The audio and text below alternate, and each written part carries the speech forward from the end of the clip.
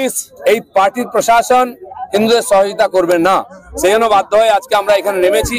প্রত্যেক ইয়ের সঙ্গে শোভাযাত্রার সঙ্গে আখাড়া থাকবে, হিন্দু যুবকরা লাঠি নিয়ে বেরোবে, তাদের নিজের ধর্ম সংস্কৃতি এবং জীবনের রক্ষার দায়িত্ব হিন্দু সমাজকে তুলে নিতে হবে।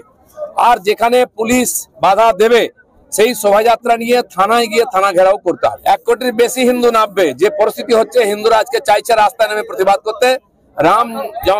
রামনবমীর যে শোভাযাত্রা উৎসব, সেটা তাদের কাছে বড় সুযোগ। এখানকার লক্ষ লক্ষ কোটি কোটি হিন্দু আর পূর্ণ কুম্ভতে গেছেন, মহাকুম্ভতে স্নান করে এসেছেন তারা। আজ পশ্চিমবাংলায় হিন্দু বিপন্ন, বাংলাদেশের তো খারাপ অবস্থায় আছে, তাই রামনবমীকে তারা শক্তি প্রদর্শনের উৎসব হিসাবে দেখাবেন। পুলিশের সঙ্গে আমরা লড়বো, গুন্ডাদের সঙ্গে লড়বো, কারণ এখানকার পশ্চিমবাংলার এই যে সরকার চলছে কেবল গুন্ডা আর পুলিশের জোরে। সেজন্য এখানকার সমাজ নিজের ধর্ম রক্ষা করার জন্য তাকে লড়াই করতে হবে।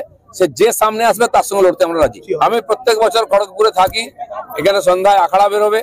অলরেডি আখড়ার ওখানে গিয়ে অনেকে ধমকি দিচ্ছে যাতে না বেরোয়।